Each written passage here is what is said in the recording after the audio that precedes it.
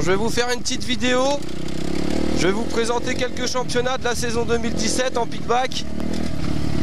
Donc je vais commencer par le Challenge Grand Ouest. Donc le CGO, il y a 8 catégories différentes. C'est des terrains typés SX. Donc ils font entre 600 et 800 mètres de long. Donc c'est un championnat, il y a 120 engagés en moyenne. Donc c'est vraiment cool. Donc il y a plusieurs catégories comme je vous le disais. Donc en amat B, c'est du débutant ou au amateur bien confirmé. Donc là on retrouve 60 engagés par épreuve en moyenne. Donc, ce qui est plutôt pas mal.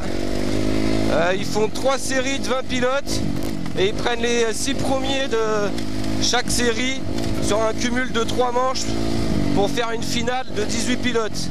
Et ça détermine le podium des amateurs. Ensuite je vais continuer avec une catégorie stock mode. Donc là c'est pas mal aussi. C'est une petite catégorie jusqu'à 110 cm3. Donc là c'est des KLX, des DRZ, des MX 110. Donc fourche stock, amorto stock, bras cantilever en 14 et 12 pouces en roue. Donc c'est pas mal, il y a du monde, c'est complet. Ensuite il y a la série semi-automatique. Donc ça c'est une série automatique, c'est de 88 à 110 cm3. C'est des motos montées sur des roues de 10 pouces. Et donc c'est pareil, ils sont complets, c'est vraiment pas mal. Donc c'est semi-automatique, il n'y a pas de levier d'embrayage sur les motos. Ensuite je vais vous parler la catégorie vétéran, girl et kid. Donc là les girls et les kids ils sont vraiment pas nombreux, donc on les fait rouler avec les vétérans pour remplir une grille. Vétérans c'est à partir de... Hop là, désolé. Vétérans c'est à partir de 35 ans. Donc voilà, c'est pas mal, il y a du monde. Hein. Faut pas hésiter, surtout les girls et les kids, n'hésitez pas. Kids c'est 12 ans il me semble. Donc voilà, c'est ouvert pour tout le monde. Ensuite, il y a la catégorie du championnat Ligue Poitou-Charentes. Donc celles-ci sont peu nombreux, donc ils vont rouler avec les amateurs A et les stars. En sachant qu'amateurs A ils sont peu nombreux aussi, c'est un niveau promotion. Et qu'en star aussi ils sont peu nombreux. Donc du coup on mélange ces 3 catégories pour faire une série. Voilà. Donc pour ce championnat là je crois que j'ai fait le tour. Je vous ai montré les catégories différentes qu'il y avait. Ensuite je vais vous parler d'un autre championnat, c'est le Pays de Loire.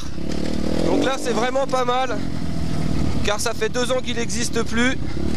Donc merci aux personnes d'avoir fait des efforts pour ce championnat là.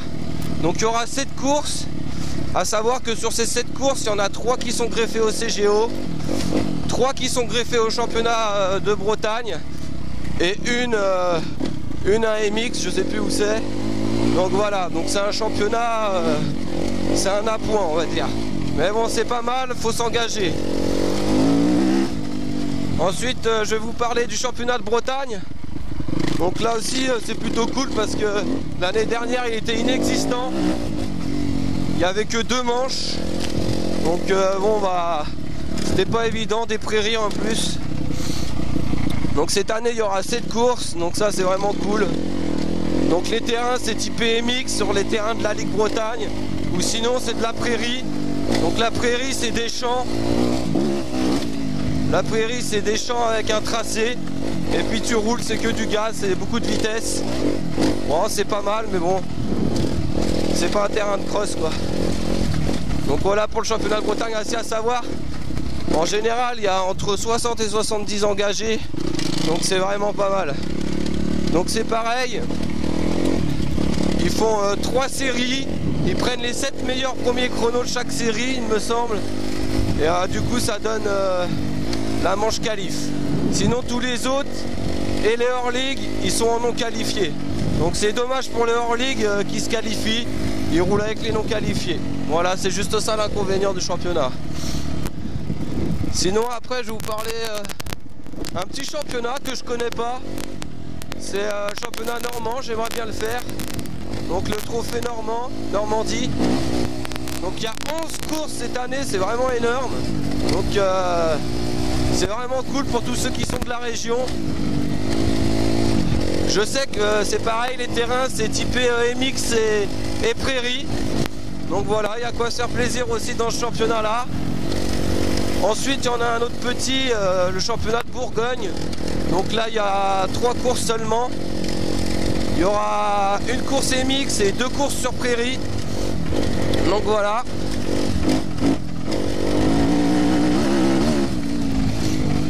Sinon il va me rester un championnat, bah tout le monde le connaît, c'est le championnat de France.